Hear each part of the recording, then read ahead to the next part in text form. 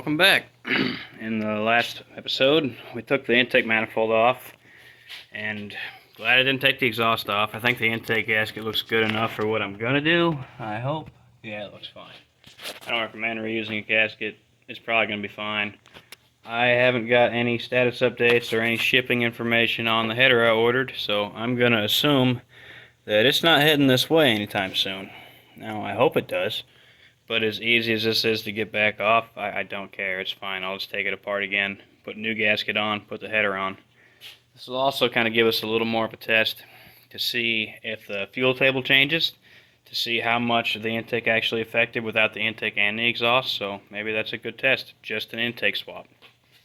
But I didn't really get a good shot of anything last time. We're not real carboned up or anything. We're alright. When I went to show the comparison of the intake manifold with my head mount and the GoPro, I really couldn't see much anything, so we'll do it this way. Here's the stock manifold, and you can kind of see the edge of where the gasket line was. Now see, this knot is nowhere near as big as the one that was in here. So it looks like it's got a little more carbon buildup, but still not bad. So this one wasn't as restrictive in this area as this one was out of the box. Let's see, what else? The plenum volume is about twice as much. This one has about twice the amount of plenum volume, which is going to be a good increase. The length of the runners is different, and the size of the runners all the way down in here, where these ones still stay pretty small. These ones get bigger and bigger as they go. So it works out pretty good for flow. Once I got past this area while I was porting, this was already wider than this. Where if you did this one, you'd have to get all the way down that to really have opened up the whole port. And I've checked it again, and it's still garbage. It's just a different kind of garbage. I checked the measurements from here to some other points, and it kind of looks as if the manifold, the machining is straight. Like this flange is right, just the core shift and the casting is why it looks like this. Because from here to the bolt holes, from here to the throttle body, from here, and this is actually at the right angle it's supposed to be. So this just looks bad. So I'm not saying it's good by any means, but it's good enough for this. I do think I will get another one. I'll just get a factory one at another time, and maybe port it a little heavier. There's not a whole lot more you can do. I'll probably radius this entry a little bit before I throw it on. And I mean, there's really not a whole lot more you can do. It's pretty well open. So anyway, that's the plan. We're gonna swap the injectors and the injector rail over. I have another rail. If anyone that's actually been following my build knows, I never swapped the rail out. This is the one I shortened, or I cut and modified to make these really short injectors work. And I've got another rail, and I've got the adapter cups, but this thing's been working so good so far, so I'm just going to swap it over. For anyone else that wants to use these, you can buy injector extensions, and then you don't have to modify your fuel rail. Or you can just get injectors that are the right length. I didn't have to buy these. I already had these. For also, my Dakota with the blower, these are the injectors that came with that blower. They're 47 pound an hour, so they're big enough for what I needed. So I just made it work. This whole project really hasn't cost me that much. I just had to get a little creative. So I'm going to start throwing this on. I'm going to swap the rail over and throw this on the Jeep. And then hopefully it makes some more power. And I'll do some tuning, and we'll see if we need to add more fuel. If we have to add more fuel, then it's making more power. If we don't, then it's only marginal. But let's get to it. Before I put the rest of it together, I started swapping over vacuum fittings and sensors. And there was two. Let's see, where'd they go? These were in here. I'm not using them. I don't want to have to plug them with anything else. They're vacuum caps, so I'm going to knock the crap out with a drill bit, and then I'm going to weld these two shut. This one I need. I got that one for the brake booster. This one for my blow-off valve, and that's all I need. We're welded up. Got our fuel injectors in, rail bolted down, throttle body down, air temp sensor, brake booster. I'm hoping the factory line, which is this one, will reach. Looks like it won't, but I can just replace this one small hose. Make it a little longer to get over there. I put these bolts back in. We're going to find out if that works. I just put them on like the very first thread, hoping that the intake will just sit in and fold up. And put the top bolts in, run them in, and be done. But we'll find out if it works out like that. This part that actually locates is much thicker than the one that came off that I was able to snake out of there. See how thin that is? So that might stop us from being able to rock that in. But we'll find out.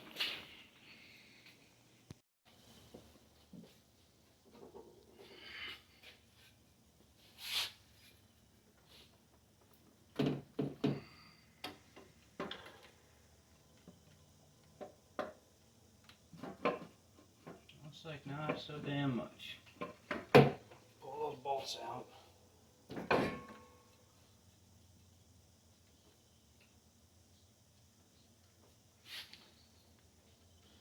Now, you probably could just shave those things down on the intake manifold and get away with it. It's also possible this thing's hitting something else, but nothing to it but to do it.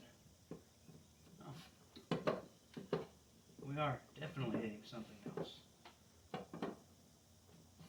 What are we hitting? Or are we? No, we're not. I just wasn't in the right spot.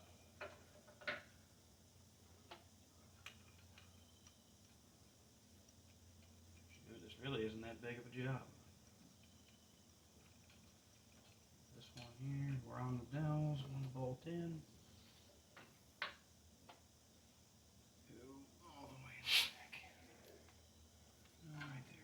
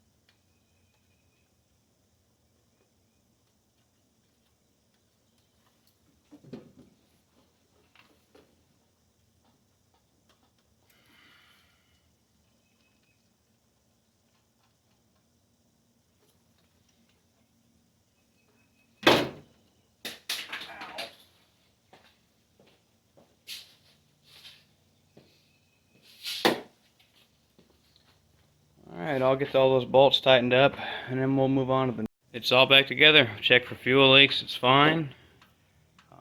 Now, I'm going to go test drive it, but my wideband's dead, so I'm going to have to order a wideband. I think because I left it in and I got all that water in the exhaust, that probably killed it. So, it makes sense. So for today, all we've got is the butt dyno. And that amount of power, I don't really know if we're going to feel anything, but we're going to try. Well, here we go. So far it seems like it might actually rev faster, but that also could be in my head.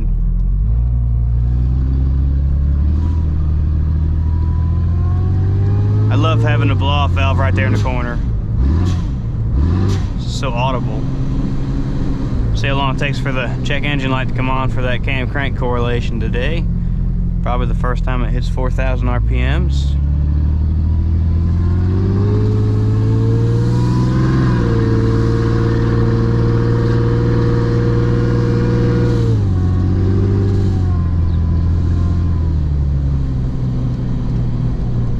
We're not at full temp yet, but we're close enough.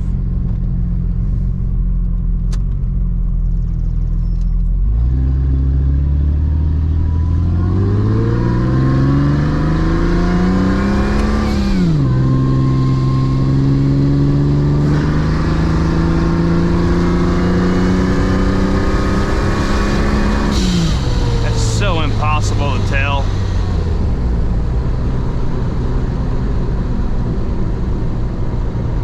didn't throw the check engine light yet, though.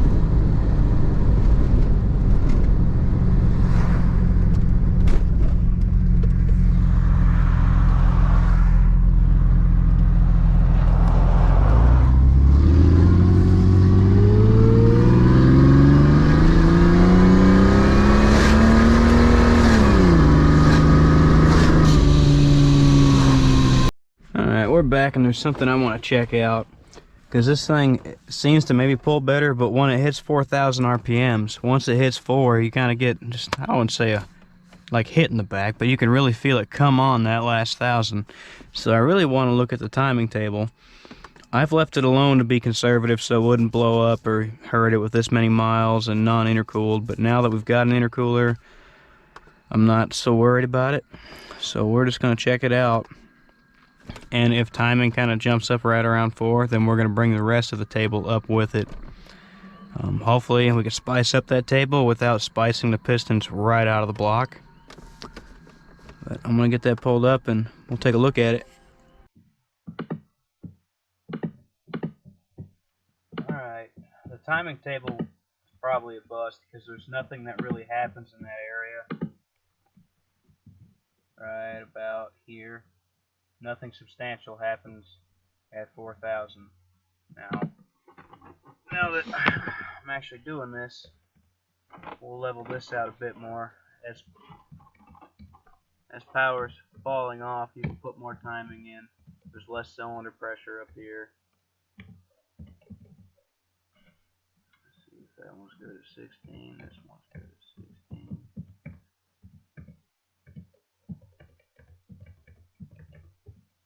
We're not going to go super crazy, so I say.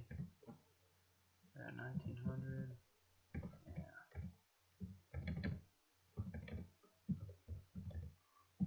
There's no reason to go past base timing.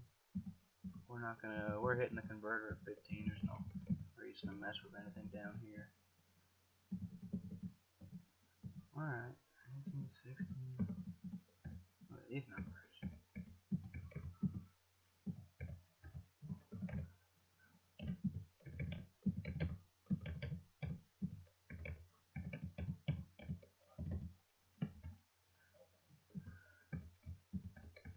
One degree of timing, 0 degrees of timing. That's just silly. We can't even hit this area.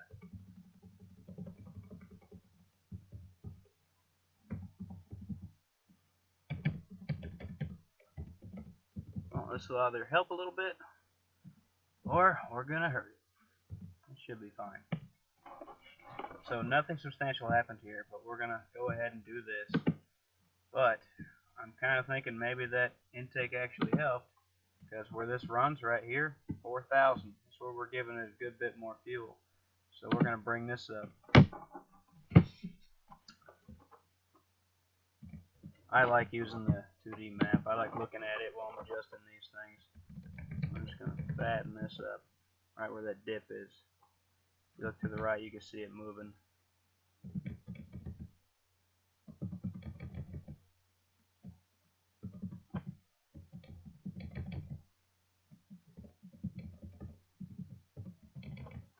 Since the wideband's dead, we don't actually know what it's at. So we're going to do this. We'll copy the table. Now I only played with warm spark, not cold spark, but I always do this just because I like to do it this way. With the fuel table, we run EGR off, EGR on. I always do this. People always ask. I just like making them the same. Also, so if I change the other table, I can use this table as a reference point now if I want to put it back, you know, while you're making changes before the save. So we're gonna save. All right.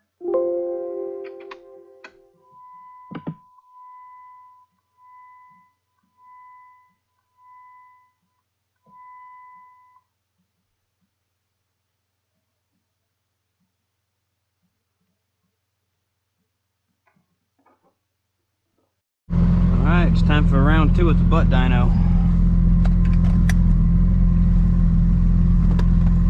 Jesus. All this shit.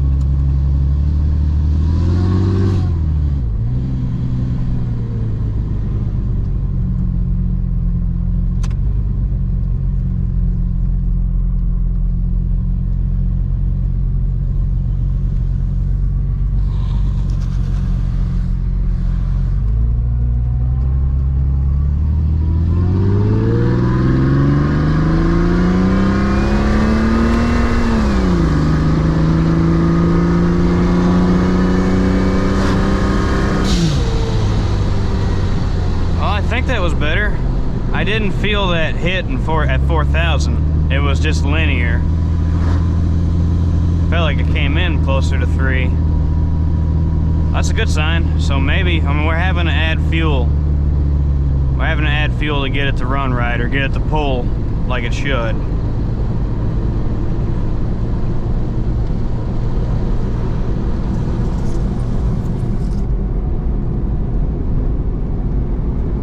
And I don't know how many times it has to do it to throw the light, but the check engine light's not on yet. Bonus. I'm sure it's gonna be back soon.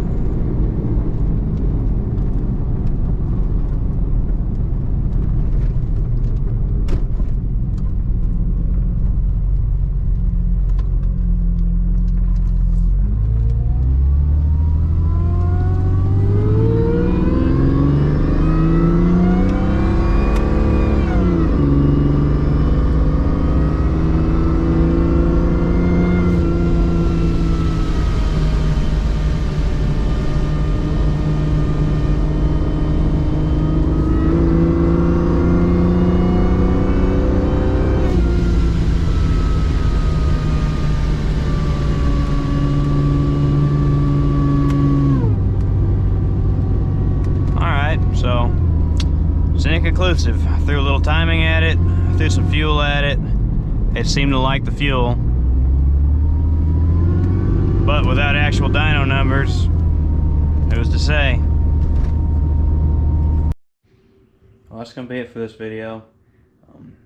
I did have to add fuel in the mid-range, not the very top, or at least I couldn't feel the lull. It had a lull, I added fuel, that lull's gone, and it was, you know, it was tuned to last on the dyno, so air fuel was right. So I had to add fuel to make it work right. So that's a sign it's making more power. How much more power? I don't know.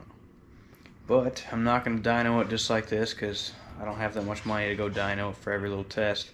So once I get the header in and the header on, I'm also going to order a smaller pulley to up the boost.